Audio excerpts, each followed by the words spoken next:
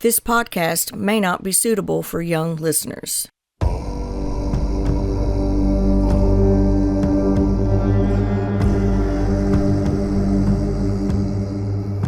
Chapter 3, Ouachita Mountains. There are hunters and there are victims, and by your discipline, cunning, obedience, and alertness, you will decide if you are a hunter or a victim. General James Mad Dog Mattis. 0730 hours, 18 November. The entire company area was bustling with activity as support personnel gathered equipment and supplies. Clark, Saunders, and Hammond stood and checked off items on clipboards. An aide from the headquarters building came running up to them and came to attention. "Sir," said the aide, "the Mimic units are en route and should be on station and ready to deploy within the hour." "Thank you," said Saunders. "Is there anything else?" "Nothing yet, sir," said the aide. "Dismissed," said Saunders with a curt nod. Returning to his clipboard, Saunders continued to make certain all of the equipment his team would need was loaded into the proper containers for transport. CSM Hammond was in charge of monitoring food and survival gear, and Clark was supervising weapons and ammo, while Saunders was checking large equipment and communications gear. "What's a mimic?" asked Clark when everything had been checked off. "What?" asked Saunders. "Oh, yeah, you haven't seen the mimics. I suppose that was after you left the Army. They were custom built to provide logistical support in emergency facilities and remote locations. Since we're going to be miles away from the nearest town, and it takes at least an hour to get a bird in the air to bring us what we need, we call for the mimics." Mimic is the nickname for the MMMCC system designed by DARPA for advanced recon teams, said Hammond, especially for those in areas where support might be distant or even non-existent. Saunders further explained, "It stands for Modular Multi-Purpose Mobile Command Center. They're basically a big Connex box with all the gear built inside, but they're slightly bigger than your average Connex. They're also longer and wider. They're thicker and have light armor so they can be used as rapidly deployable FOBs. They bring them under the belly of a big cargo chopper and set them down wherever they have space clear enough to put them down. They have hydraulic plates on the bottom and they level themselves once they're on the ground. They also have powerful electromagnets on the corners and in the middle along each edge. When the next unit is lowered down, the magnets pull them into place and they lock. You can keep adding modules to make it as big as you need it to be." "Well, how many can you add?" asked Clark. "I don't know," said Saunders. "The most I've ever seen was 8 at one time." "We're getting 6 this time," said Hammond. 4 on the ground and 2 on the top." "What are they for?" asked Clark. "Well, some are for equipment," explained Saunders, "and some are for temporary living quarters. Some modules have communications equipment, computers, uplinks, and whatever else we might need for the mission. We're getting extra gear, ammo, sleeping quarters, and basic living facilities. They're expecting us to be there for a little while with not much in the way of support. Especially if that storm front moves in, we might be there in extreme temperatures without any air support due to the weather. They're planning on us being there a week, but if it goes longer, they'll bring in more supplies." "That sounds interesting," said Clark, "but what if those things attack the choppers while they're putting them in place?" "Well, that's why we're inserting your team first," said Saunders. "You'll hit the ground and establish an LZ. Then they'll bring in the Mimic units and your team will supervise their deployment." "If these things are anything like the ones I've dealt with before," said Clark, "then you won't see them much during the day. They're out mostly in the dark. They will come out in the day, but they seem to prefer the darkness." "That's why we think we can get the Mimics in place without too much trouble," said Saunders. "One thing to bear in mind," said Hammond, "that's some of the roughest terrain in the United States, and we're likely to be on our own for an extended period of time." "What about the drone?" asked Clark. "How are we supposed to track it?" "They lost track of it by satellite," said Saunders. "They think it must be lost in the mountainous terrain. However, having said that, the thing has a secondary tracker device built in that activates automatically when it loses contact with its controllers. We should be able to track it by the handheld units once we're close. It should have about a mile range, maybe a bit less in that terrain. When do we leave? Asked Clark. Your team is pulling their weapons from the armory now, said Saunders. Go get your guns and armor, then get back here. The Deuces should be here to take your team to the airport. We got 3 Blackhawks standing by to lift off as soon as you get there. The rest of us will be lifting off as soon as the rest of the gear's loaded into the Chinooks. Got it, said Clark, heading off toward the armory at a fast pace. Once there, he drew his issued weapons. He was happy knowing that Saunders had listened to his suggestions when they met outside his cabin, right after the Gugwe attacked him. The team carried custom Wilson Combat 458 SOCOM rifles with mil-spec lowers that allowed for full auto or 3-round bursts. They all had Triacon ACOG 4x32 ROC rifle scopes mounted. The team's snipers used the Phoenix Weaponry 4570 with a Vortex Viper PST Gen 2 5-25x50 scope. For a sidearm, they were now issued with the Guncrafter Industries 50 GI that Clark carried as his personal sidearm ever since the incident. He was more than proficient with it and knew it as well as he'd ever known a handgun. He was confident in the choice of weaponry. After overseeing the issue of weapons to his entire team, Clark checked his equipment over and headed out to the waiting pair of Army deuce-and-a-halfs that were now idling in the parking lot. Clark climbed into the passenger seat on the lead truck, while his mission specialist and senior non-commissioned officer, Master Sergeant John Gideon, climbed into the passenger seat in the second truck. Moments later, Clark was giving a quick salute to Saunders as they accelerated down the road. Clark checked over his list of equipment and supplies and double-checked once more before they reached the chopper. Once they were in the air, it would be too late to go back for anything, and they were going to have to make do with what they had until the rest of the team arrived. Pulling a topographical map out of his vest pocket, he began studying the area where they were going to land. Once he was familiar with the basic layout, he put the map back in his pocket and took out his cell phone.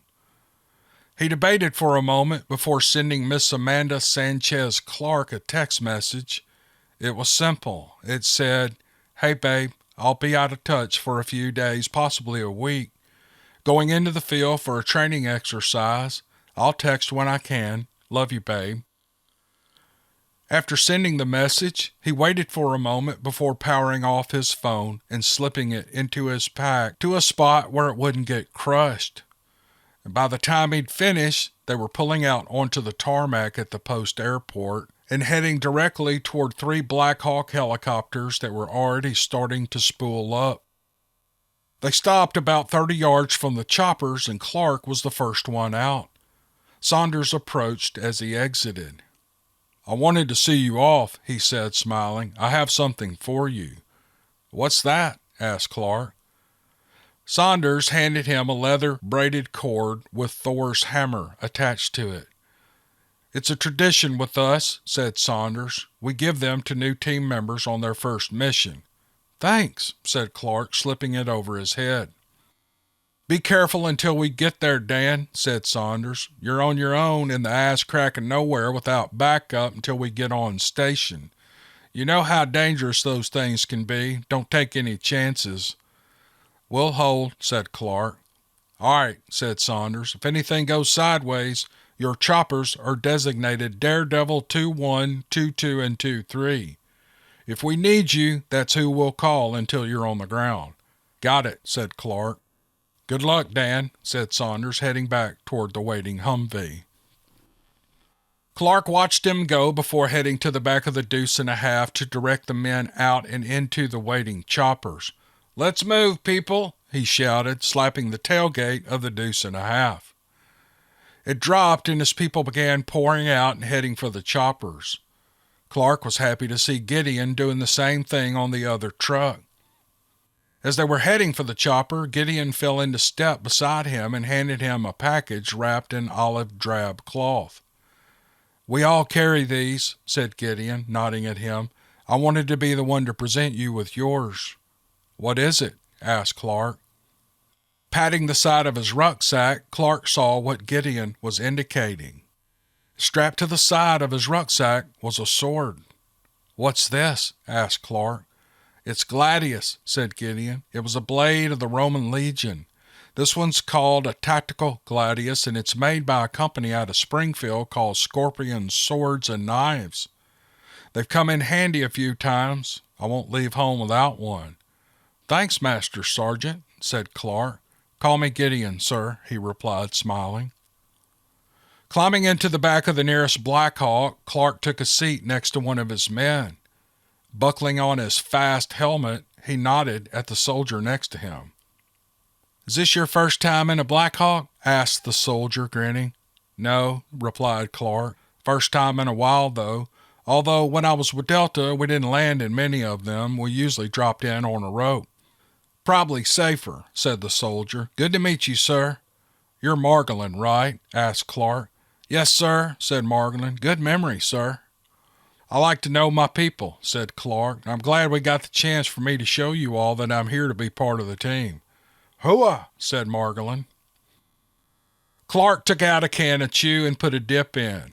He offered the can to Margolin, and he was pleased to see the younger soldier happily accept and take a dip. Clark took the can back and offered it around the chopper. He was shocked to see most everyone took a hit, even two of the women. "Fucking hooah," said Clark under his breath. The rest of the chopper ride passed quickly, and soon Clark got a thumbs up from the pilot, indicating that they were getting close. Then he held up 2 fingers. 2 minutes, folks," shouted Clark. "Gear check." Everyone went over to their gear one last time and started holding up their thumbs once they confirmed everything was in place. Clark did a quick once-over of his gear and nodded at the team. "Comms check," shouted Clark. One by one, they did a comms check. Clark could hear the team members on the other choppers doing the same thing. Once he was certain that there were no issues with the comms, he activated his mic. "Thunder God to Yole," he said. "Radio check, how copy?" "Yole reads you 5x5, said Gideon. "Solid copy." "Copy that," said Clark. "Thunder God out." The chopper swung wide over the lake and then angled in toward the last known position of Snakebite 6-1. Clark's chopper went in first while the other 2 took up station and covered the area with their miniguns. The gunners on their choppers stayed on their weapons even once they hit the ground. As soon as the wheels hit the snow, Clark was out the door.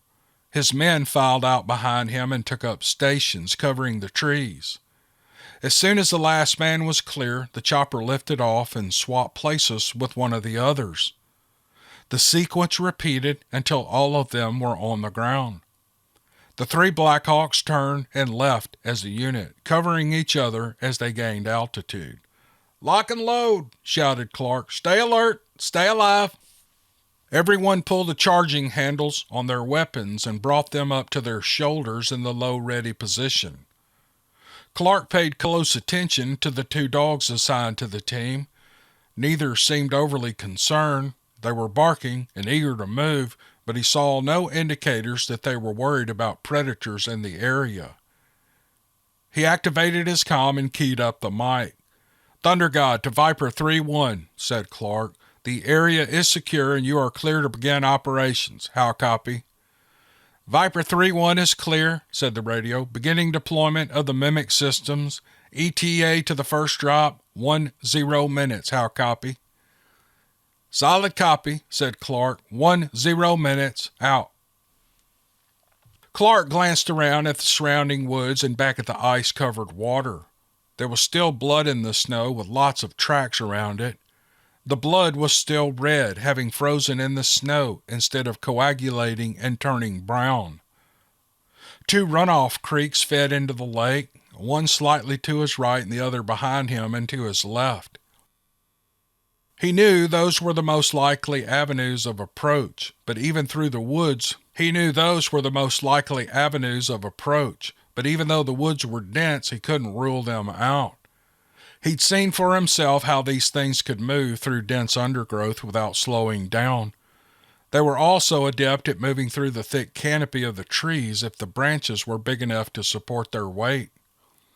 "Set up a perimeter," said Clark, nodding at Gideon. "Heavy cover on the 2 creeks and no one goes into the trees until we're ready.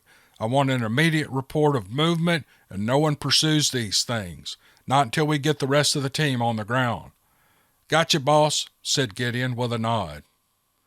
As Gideon began relaying the orders and moving them into positions where the combined fire would do the most good, Clark took out a tracking unit.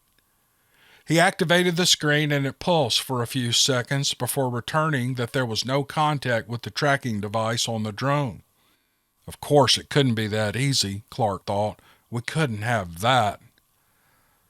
A quick look at his team showed that they were all following his instructions and deploying quickly in a defensive perimeter.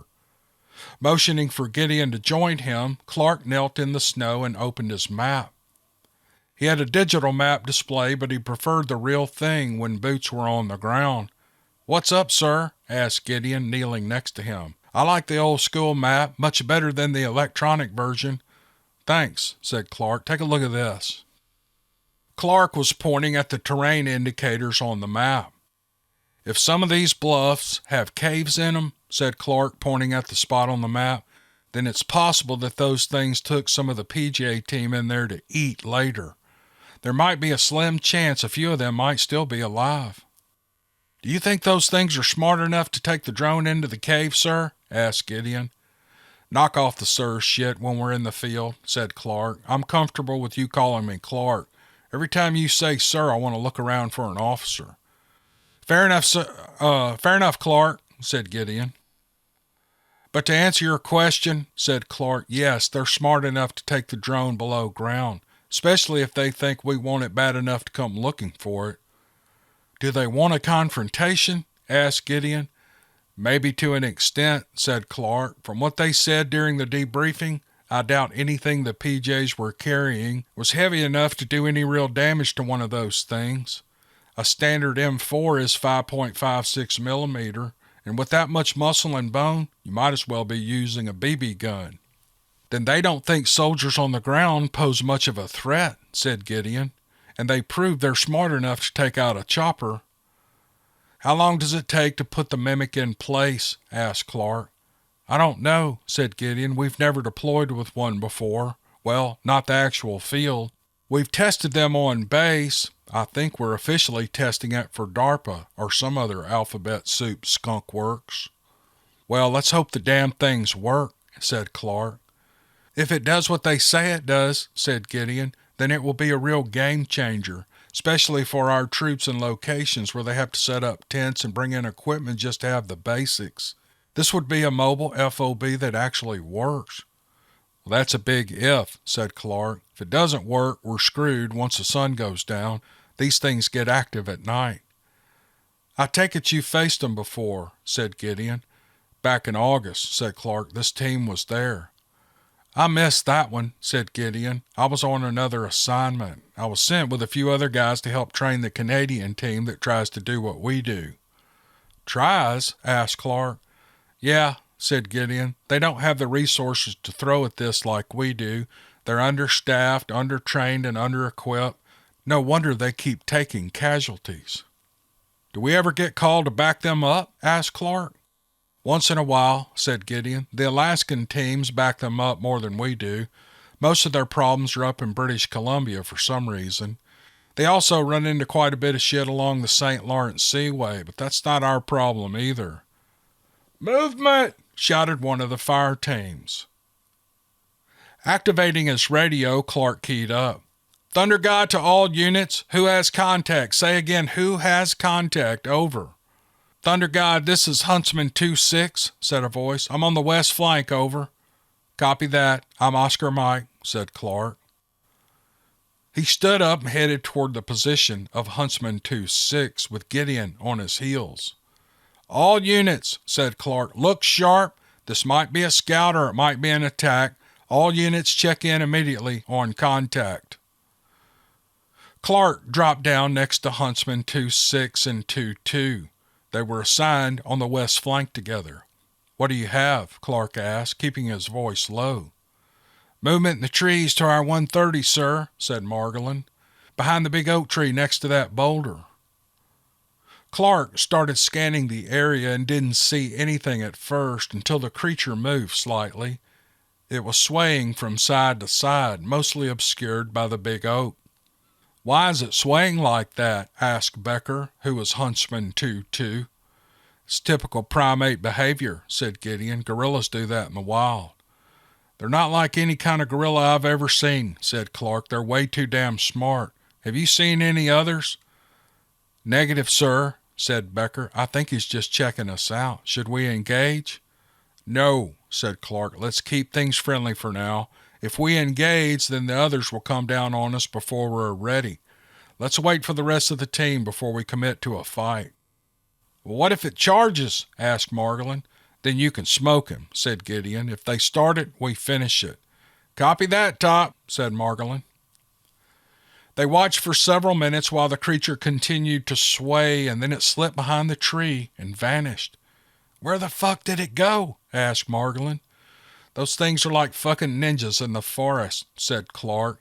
I would have thought you guys had faced them before.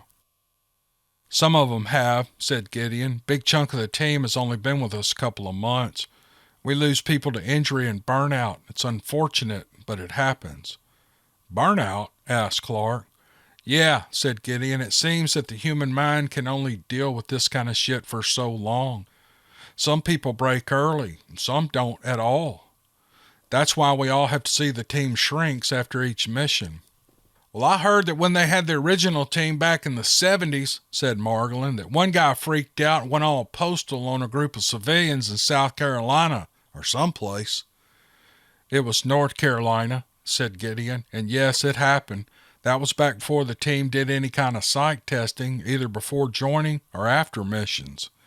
His name was Samuel Hagen, and he shot 16 people before we got him stopped. Fuck me, said Margolin. That had to give the team a bad name. The team didn't formally exist, said Gideon. The Army blamed it on flashbacks from Vietnam and never formally admitted the team existed. They covered it up and bought families off. The only good thing to come out of it was the psych evals to catch that shit before it got that bad. Keep watching for movement, said Clark. I think I hear choppers inbound. Clark headed back to the center of the group when his radio activated. Viper 3-1 to Thunder God, said Viper 3-1. We're approaching your position from the southwest. We'll be on station in 2 minutes. Thunder God copies, said Clark. We're clear for your approach. Gideon began walking up and down the line, checking on the positions while Clark directed Viper 3-1.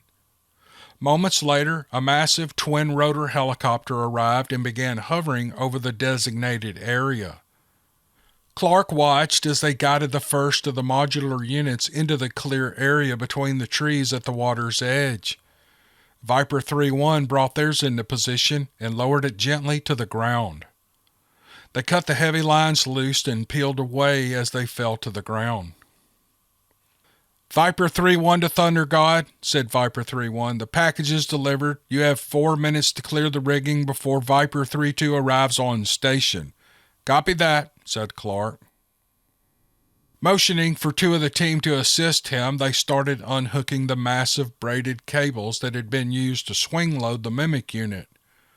By the time they had all 4 lines clear, Viper 3-2 was hovering overhead. Viper 3-2 to ground, said the radio. Are we clear to deliver? Copy that, Viper 3-2, said Clark. You are clear. Over. Stand back, boys, said Viper 3-2. Santa's got a special delivery. Clark and the others fell back as Viper 3-2 delivered their package, setting it perfectly next to the first one. Before it touched the ground, Clark heard the whine as the powerful electromagnetics kicked in and brought the second unit right into line with the first.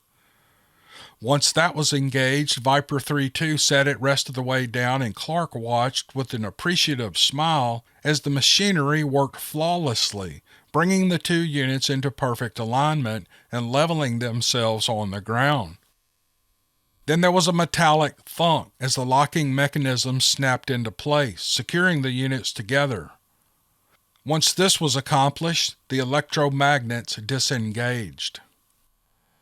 Viper 3-2 cut loose the ropes and peeled away, heading off to the east.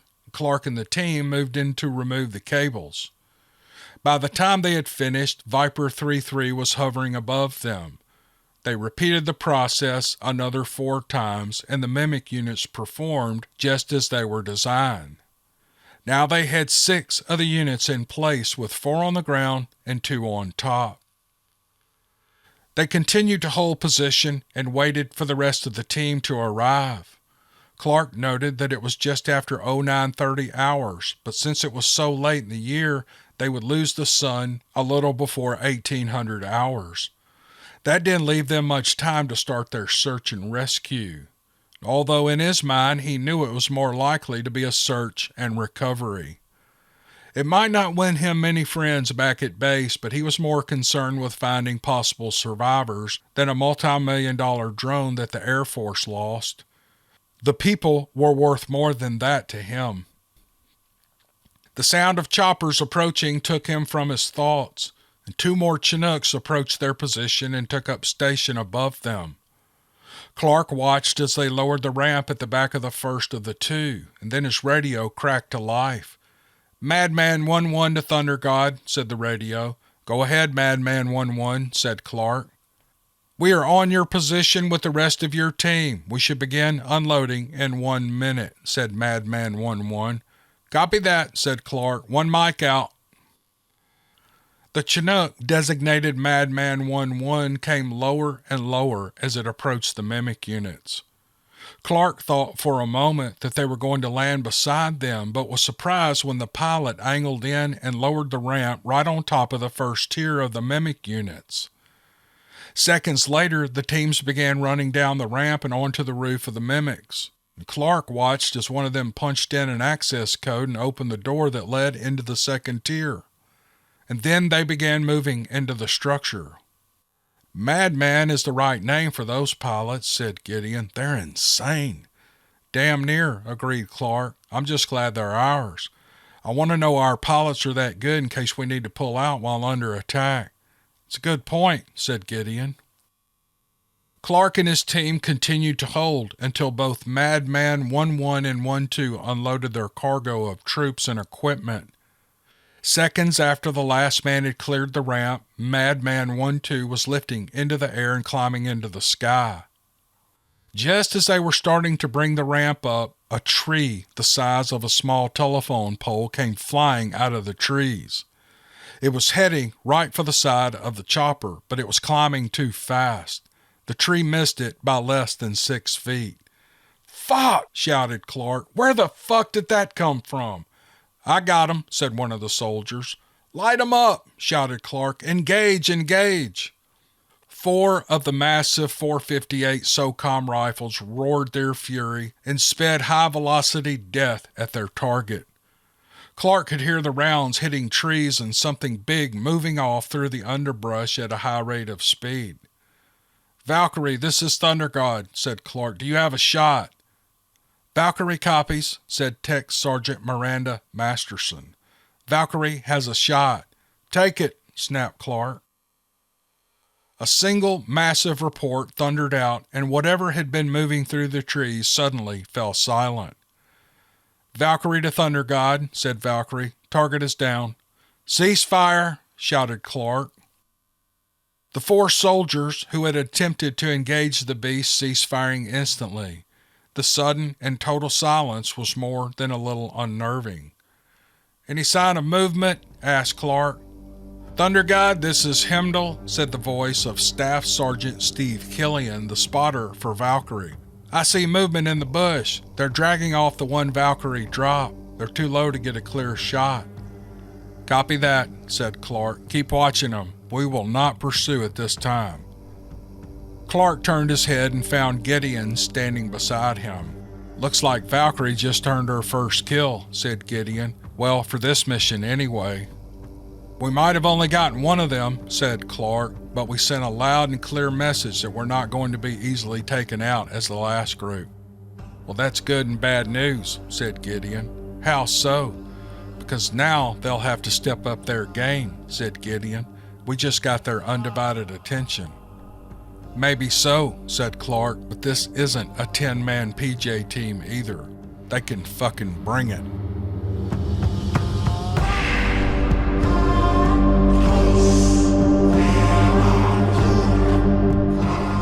Chapter 4, Into the Storm. Regard your soldiers as your children. They will follow you in the deepest valleys. Look on them as your own beloved sons, and they will stand by you even unto death. Sun Tzu. 11:30 hours, 18 November. All Father to Thunder God, said Saunders over the radio. Go for Thunder God, replied Clark. Mimic is fully online and operational, said Saunders. Meet me in the comms for mission update. Copy that, said Clark. Thunder God out. Turning to Gideon, Clark nodded at him. You keep an eye on things out here, he asked. Saunders wants me inside for a sit rep. Can do, sir, said Gideon. Clark gave him the hairy eyeball but let it go. He knew it was going to take a while to get used to being called sir. Nodding at Gideon, Clark headed for the access door to the Mimic unit. He punched in the access code that he'd been given, and the door beeped and flashed green before he heard the steel locking mechanism thunk open. He stepped inside, the mechanism locked behind him.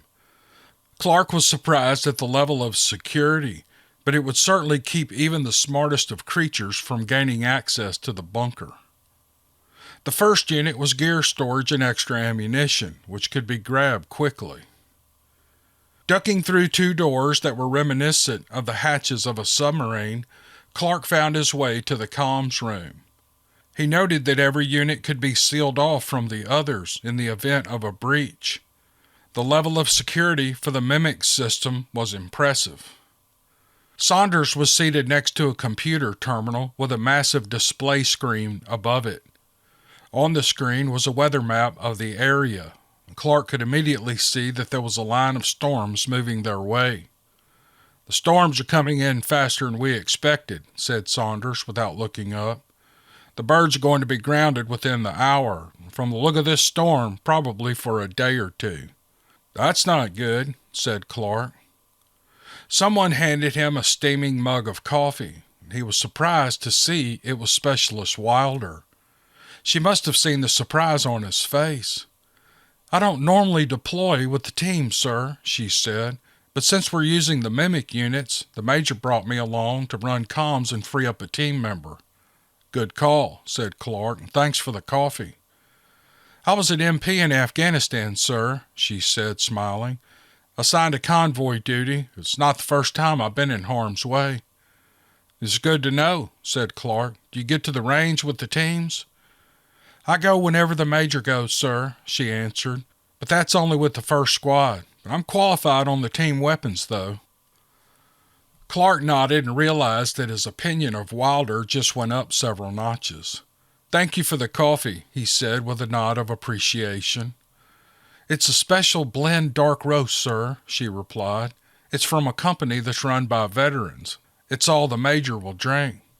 Well, it's good, said Clark. Strong, just like I like it. Wilder smiled and headed back toward the comm station. See, said Saunders quietly. I told you she was good. Okay, said Clark. She's growing on me. Good, said Saunders. Now back to the show. The weather's going to get nasty in the next few hours. Well, I'm not shocked, said Clark. We were kind of expecting it before we deployed. That's true, said Saunders, but I think we've got just enough time for your team to make a sweep of the area. What have you got in mind? Asked Clark, taking a sip of coffee. Pulling up a topographical map of the area on the big screen, Saunders picked up a laser pointer and put a red dot on the screen. We're right here, said Saunders. See this creek that heads off to the east? Uh-huh, said Clark, taking another sip of coffee. It splits off with another ravine a little over a click east of here, said Saunders, highlighting the path with the pointer. You take this ravine back to the north and follow it until it forks to the left. Keep with the left fork and it moves around the ridgeline and meets up with the ravine that leads out of the area to the north. Well, how far is it total? Asked Clark. It's going to be slow going in this snow if we run into the storm. Then it'll be even slower. According to the GPS, said Saunders, the entire trip is just over 2 miles. The problem is that this isn't like a 2-mile jog around the PT field. This is thick undergrowth and it's full of ravines, cliffs, rocks, and some of the roughest terrain this side of the goddamn Rockies. So, with the snow factored in, said Clark, concentrating, I think we can get it done and be back shortly before sundown. Good, said Saunders. I'll keep 4 Squad ready to back you up if you need it. 3rd Squad will be on perimeter duty, and 1st Squad will keep getting everything ready here. We're still double-checking equipment and locking down power cells. Speaking of that, said Clark, how long do we have power? Theoretically, a few weeks if the clouds go away and we can deploy solar cells. And if we can't, then we can run generators for a week. We're running on batteries right now. That should last a couple of days before needing recharging. Well, that's good, said Clark. We can always get more fuel and supplies brought in by the birds, said Saunders. Once the storm's clear, that is. I'm hoping we've got this situation resolved before it goes that long. Same here, said Clark. I want to look for survivors and get this drone secured so we can get out of here. Are we going to stay on station until we take out all this clan or family group or whatever they're called? No, said Saunders. Extermination is a low priority. We're only to do it if necessary. This area is remote. We'll just put out a warning to local law enforcement and conservation agents telling them to warn people to stay out of this area. As far as I'm concerned, said Clark, the mission priorities are to look for survivors and then the drone. I agree, said Saunders, but we need to make every effort to locate that drone. If we can't recover it, then we have to, at the very least, verify its destruction. Can do, said Clark. So when do you want us to head out on this recon? As soon as 3rd Squad is set and ready to cover the perimeter, said Saunders. They should be already setting up as we speak.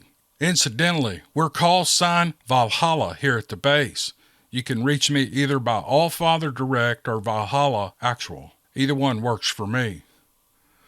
We'll stay in radio contact as long as the mountains will allow, said Clark. I've already prepared for that contingency, said Saunders. We're going to keep communications drones in the air while you're out. It'll be too high for the creatures to take out and should maintain steady communications for you while you're out. The last thing we need is for your team to be out there with no support. That's a good call, said Clark. I'll go brief the team and have a chat with 3rd Squad's team lead. Give my regards to Lieutenant Elliott, said Saunders. Will do, said Clark, downing the rest of his coffee and heading for the door. Clark gathered his gear and put his cold weather jacket back on along with his gloves. Stepping out of the hatch and into the cold mountain air, he could tell that the temperature had dropped at least 5 degrees since he'd gone inside. His team was still in their positions, watching the surrounding tree line for signs of threats.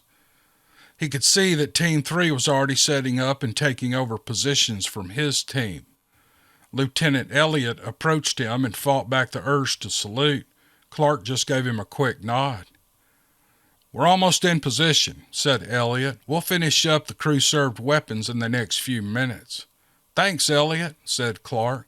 Make sure you guys stay alert. These things can and will climb trees. Copy that, said Elliott. You guys be careful out there. 4 squads ready to deploy to back you up, and we'll come too if you need us. We're all heavy weapons, though, so it might take us a minute to get there.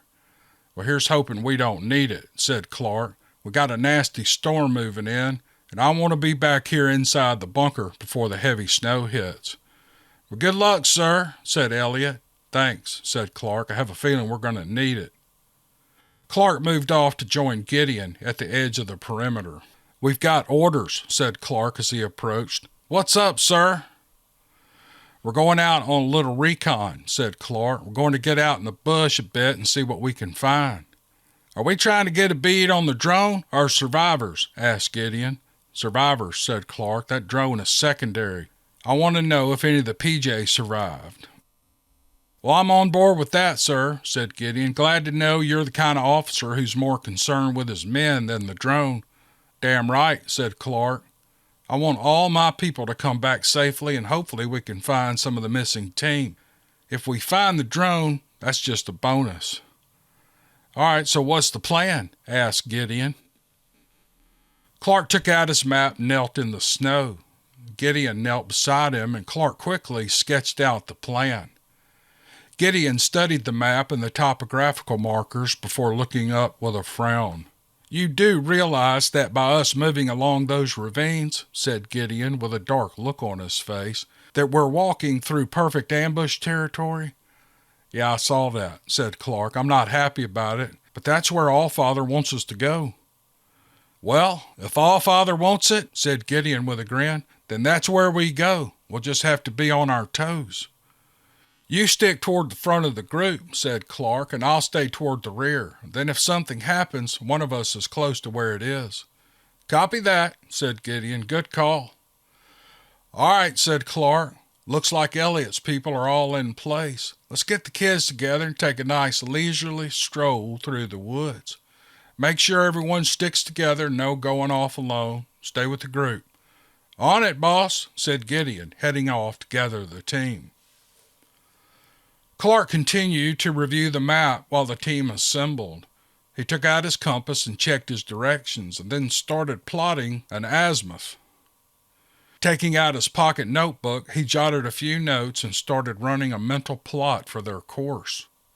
You know we've got GPS and map software to handle that for you, right, sir? Asked Staff Sergeant Amanda Coventry.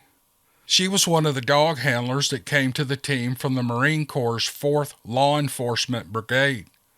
Her call sign was Raven, and her dog was called Sage. Sage was a combat-trained female German Shepherd. I know, said Clark, smiling. I just trust the old-school compass more than the technology. Technology fails. North will always be north, and I've never been let down by my compass and map. I suppose, said Coventry, smiling. I want you towards the front of the group with Sage, said Clark. Tell Eagle to take Bjorn and stay towards the back of the group. Copy that, sir, said Coventry. Eagle was the other dog handler's call sign. Bjorn was his canine partner, a specially trained bull mastiff. All of the dogs had been trained to deal with tracking and defending against large predators. Clark just hoped that they wouldn't panic when facing these Bigfoot-type creatures. Although he remembered that during the incident at Kimberling City, the team had captured a young Gugwe alive. Undoubtedly, that had been used to help train the team dogs. The wind shifted and started coming out of the north. Clark felt the moisture in the air, and he knew that the storm was coming. He hoped that it didn't arrive sooner than expected. Let's move out, said Clark, motioning for the team to take their positions. Watching the team move out, they spaced out in close intervals, just far enough apart to give them room to maneuver without getting in each other's way.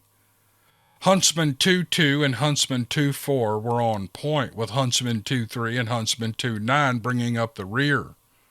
Clark was just in front of them, with Senior Chief Petty Officer Santana Alvarez, who came to the team from the Navy SEALs and was the team communications expert. His call sign was Runestone. Next to him was Staff Sergeant Samantha Pennybaker, the team medic who came to them from the Air Force Pararescue. Her call sign was Shield Maiden. She had a vested interest in this mission since she knew some of the PJs who'd been on the missing team. She was more concerned about finding survivors than anyone else on the team, and with good reason. One of the missing PJs was her ex-husband. Alvarez, said Clark, I want you to monitor emergency frequencies. If there are any survivors out there, they'll be monitoring the emergency channels. I want you to try to raise someone every 15 minutes. Gotcha, sir, said Alvarez. Thank you, sir, said Pennybaker. I appreciate it. No problem, said Clark. If there's anyone left out here, we're going to find them and we're going to bring them home. As the team began to move into the ravine, Clark was already checking their surroundings and making preparations. Behind them, he could see them launch a small reconnaissance and communications drone. It would help with maintaining good communications in the mountainous terrain, but it wouldn't be able to stay in the air if the weather continued to deteriorate. Thunder God to Valhalla Actual, said Claire. Radio check. Copy Lima Charlie, said Saunders. Signal is strong. I should hope so, muttered Alvarez. We're 20 feet away. Clark couldn't help but smile. Solid copy, Valhalla, said Clark. Thunder God out. Bringing his rifle to the low ready, Clark took his position in the formation, and they headed off into the ravine. The snow on the ground was nearly a foot deep and had covered any possible tracks from the missing team long before they had even arrived on the scene. Team 2, this is Thunder God, said Clark. All units, radio check. Clark listened as one by one the entire team checked in. Short-range communications were going to be essential if they were going to stay in contact in this rugged terrain, especially if any of them should become separated from the rest of the group. Huntsman 2-2 and Huntsman 2-4 had been instructed to set a slow pace so they had time to survey the area and look for any sign of the missing team. Clark had low expectations of finding survivors, but he didn't want to rule it out. His previous experience with creatures like these had left him knowing that it was unlikely they would take anyone alive unless it was a female. He knew from the mission briefing that Papa Juliet 6 had 2 female members, Tech Sergeant Jennifer Barnes and Staff Sergeant Luciana Morales. Considering why the creatures took human women as captives, he wasn't sure if they were better off dead or alive. If they did find them alive, then they were going to need years of counseling. Everyone on the team was wearing Arctic camouflage and cold weather gear. Clark was glad they had their survivor gear with them because if the storm hit early, they could be stranded out there until it passed. Between the below-zero temperatures and the creatures that they knew were here, staying out here overnight didn't seem like an intelligent option. The PJs hadn't been so lucky. Their mission plan was for an in-and-out recovery operation. And while they had been all wearing cold weather gear, it was unlikely that they had been carrying much more than ammunition and possibly 1 day's worth of MREs. Thunder God, this is Huntsman 2-2, said the voice on the radio. We have movement. Say again, we have movement. This is Thunder God, said Clark. Can you identify the subject? Over. Copy, Thunder Guard, said Huntsman 2-2. Appears to be a couple of deer, a doe and a fawn. They're moving slowly away from us. They don't appear to be in any hurry. Copy that, said Clark. If they're not running, then I doubt your tangos are in the area. Charlie Mike, out. As they continued moving through the ravine, Clark spotted something in the snow.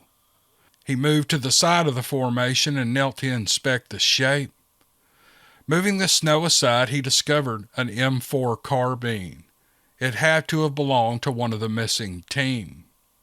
Pulling it from the snow, he shook the worst of it from the weapon and gave it an inspection. The bolt was locked back, indicating that the magazine was empty. However, whoever it had belonged to hadn't given up without a fight.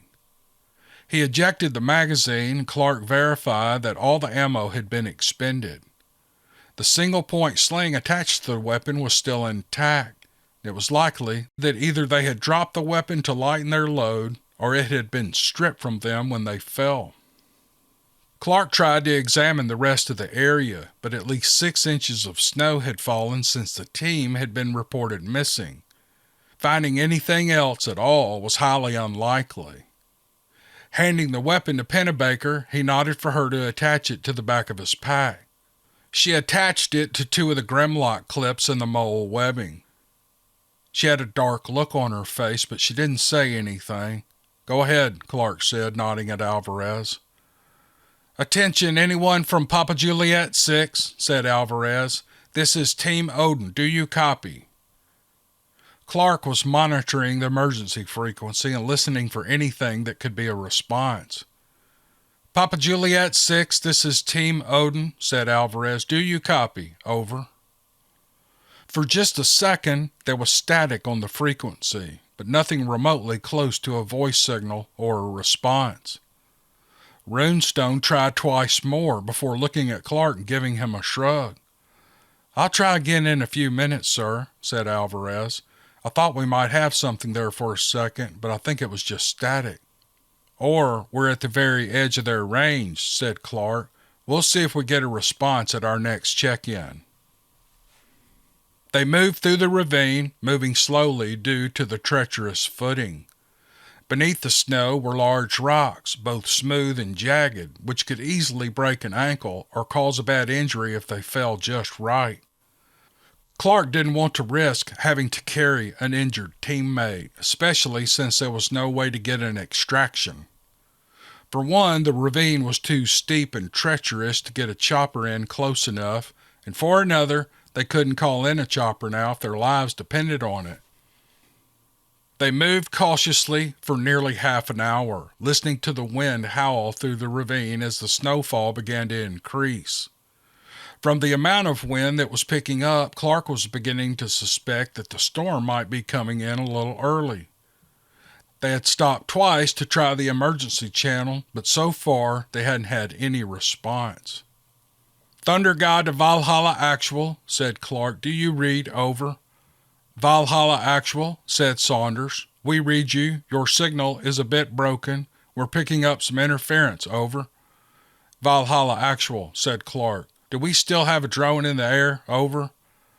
Affirm, Thunder God, said Saunders. The eye in the sky is still active, but the wind is increasing rapidly. We're going to have to bring it home soon. Over. Copy, Valhalla Actual, said Clark. Do you want us to Charlie Mike or return to Valhalla? Over. Charlie Mike, said Saunders. The storm is still a ways off. It's just the wind making it tough on the drone. Over. Copy that, said Clark. Over and out. Clark checked his map and noted that they were approaching the first turn in their course. Glancing up, he could see the front of the formation already adjusting their course. Clark's unease began to grow as they were now making their first course change. Once the drone had to land, they were going to be completely out of comms range with Valhalla and would remain so until they made the last turn before making it back. There was going to be a massive ridge between them for the rest of this trip. As they approached a wide spot in the creek that flowed through this section of the ravine, Clark signaled for the team to take a short break. Everyone took a knee and began checking over their gear and continuing to sweep the area for any signs of movement. Papa Juliet 6, this is Team Odin, said Alvarez. Do you copy? Over.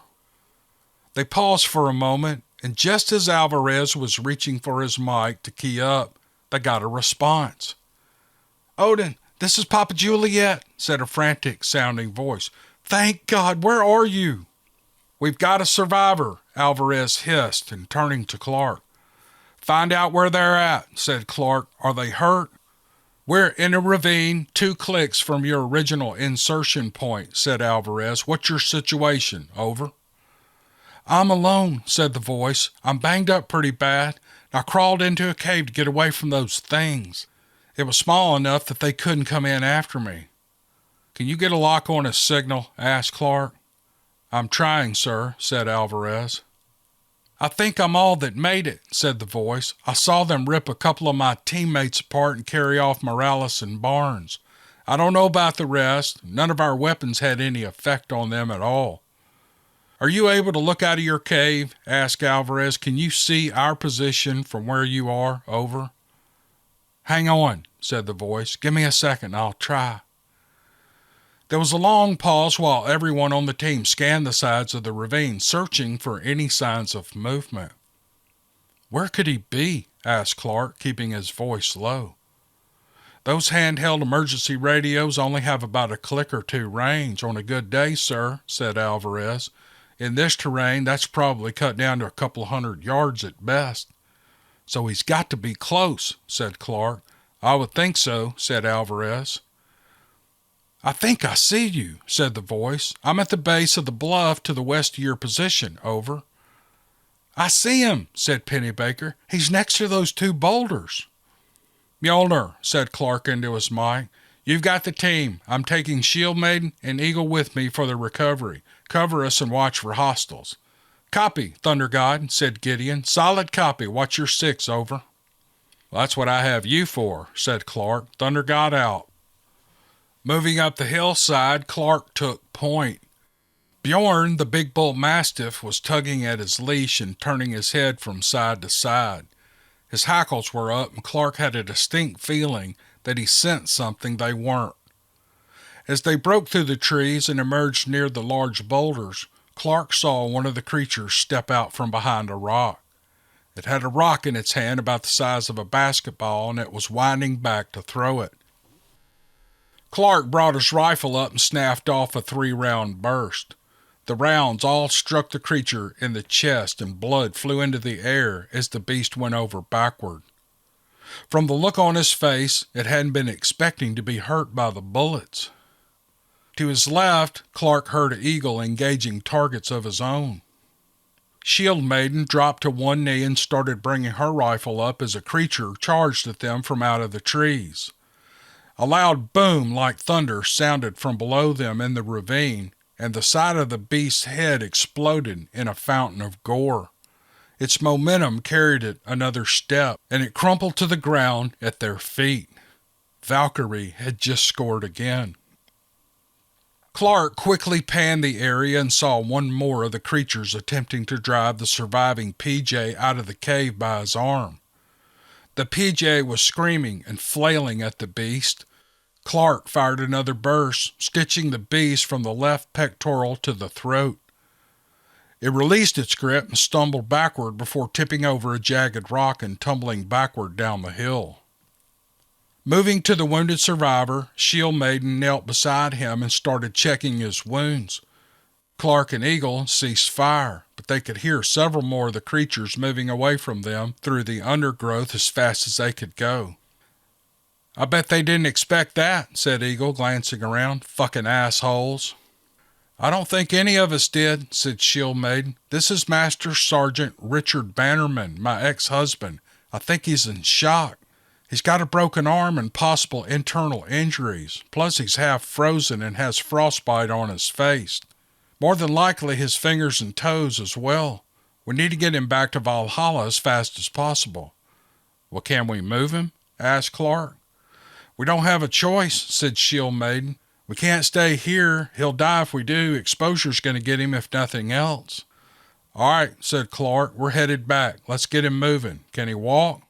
I'll fucking run if it'll get me out of here, said Bannerman through his clenched teeth. All right, said Clark. Let's get moving. They helped Bannerman back down the hill while the rest of the team continued to provide cover. Once they rejoined the team, Clark motioned for them to get moving, back the way they came. Now his group was in front of the column. Thunder God to Valhalla Actual, he said into his mic. For a moment there was just static, and then a barely readable response came through. This is Valhalla Actual, said Saunders. Go ahead. We've located a survivor, said Clark. He needs immediate medical attention.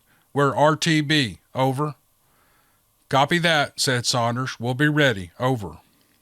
Make sure the perimeter teams are on alert, said Clark. We've already engaged several tangos. We could have tangos in pursuit. Over. Well, we'll give them a warm welcome, said Saunders. Party favors are ready. Over. Copy, said Clark. Over and out. Using their tracks as a guide, they were able to pick up their pace for their return trip. Although they heard movement in the trees around them, they never saw one of the creatures come out where they could get a shot.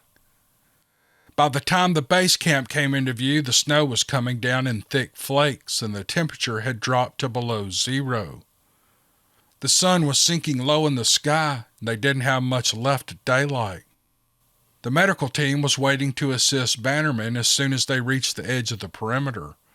Clark was relieved when they all were back inside their defensive zone and started to head inside to brief Saunders.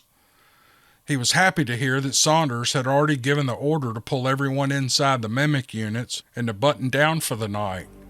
They were confident that the creatures couldn't break through the armor, at least not without taking massive casualties from the team members inside the facility. Since they were all falling back to the secure facility, Clark waited until the last man was through the door before heading inside himself. He could see numerous eyes glowing just inside the darkness of the trees. They were watching and waiting to see what they would do next. "Not tonight, assholes," said Clark, stepping inside and securing the door behind him. "We're gonna deal with you bastards later."